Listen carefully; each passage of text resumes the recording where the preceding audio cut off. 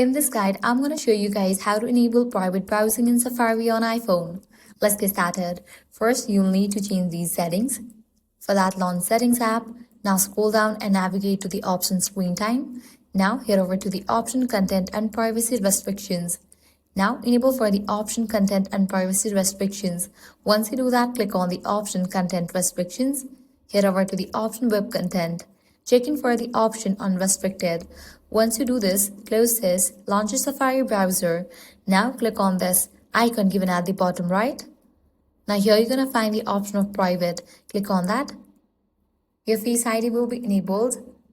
And just for that, you have enabled private browsing in your Safari. So this is how you can easily turn on private browsing in Safari on iPhone. If you want to get out of it, you can click on this icon again, then click on the option tabs. So that's a wrap for this video. If this guide helped you out, do not forget to like, share and subscribe.